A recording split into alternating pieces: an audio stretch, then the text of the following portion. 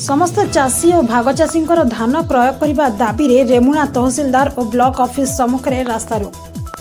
कृषक सभा Remuna block committee तरफ कृषक सभा राज्य कमिटी सभ्य प्रेमरंजन पात्र सभापतित्व में रेमुणा ब्लॉक और तहसिलदार ऑफिस सम्मुखें सरकारी धान मंडी में चाषी और भाग चाषी युद्धकालीन भितर धान किणवा और कटनी छटनी बंद कर पंजीकरण होता समस्त चाषी को तुरंत टोकन देवा, घरोई खटी धान विक्रय करुवा चाषी आरएमसी रॉयल्टी काटी लुट करने बंद करा जाऊ। धान उपरे सरकार करथिबा एफएक्यू मानक कोहल करने सरकार धार्य दर एककालीन 31 दि जाऊ। अदिनिया वर्ष में क्षतिग्रस्त होता चाषी को क्षतिपूर्ण दि जाऊ। चाषी को बिजुली बिल छाड़ करा जाऊ दावी करथिले। सरकार अदानी और अंबानी को ऋण छाड़ करुछंती, चाषी और भाग चाषी को कहीं सुविधा देवे नहीं बोली वक्ता माने कहिथिले। सीपीआईएम राज्य संपादक मंडली सभ्य तथा जिला संपादक शिशिर हुई, कृषक सभा ब्लॉक कमिटी सभापति प्रसन्न षडंगी, ब्लॉक कमिटी संपादक प्रभाकर बेहेरा, अक्षय राणा, हरिप्रिया जेना, देवव्रत माझी, कमलाकांत दास, विजय कुमार राण, हेमंत साहू, सिकंदर खा, वीरेंद्र सिंह, गदाधर दलाई, सुरेंद्र जेना, मंटू नायक, आजमत खां, अतुल कुमार जेना, प्रशांत राय, भागीरथी बोईठा, उपेन्द्र पाड़ प्रमुख उपस्थित थे। एवं तहसिलदार श्री अनुप कुमार बेहेरा आंदोलन पाखक आसी प्रशासन तुरंत पदक्षेप ने प्रतिश्रुति देवा पर रास्तारोक स्थगित रही।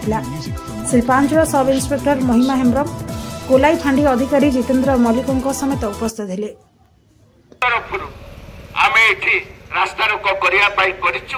अल्प समय रास्तारोक हम आम साधारण लोक क्षति करने को चाहूना। आम लोकर दाबी जो उठाऊ केवल सरकार अथॉरिटी आसिकी आम पाखे किसी प्रतिश्रुति अंतत जो मंडी खोली 3 दिन भितर बालेश्वर जिले में 10,000 क्विंटाल धान बिक्री टार्गेट हूँ 14 लाख क्विंटाल बिक्री हम, किंतु सरकार जो मिलर मान को दायित्व से 10 लाख क्विंटाल धान ने आहरी 4 लाख क्विंटाल धान किए नब से कथा बालेश्वर जिला अथॉरिटी ठीक करना।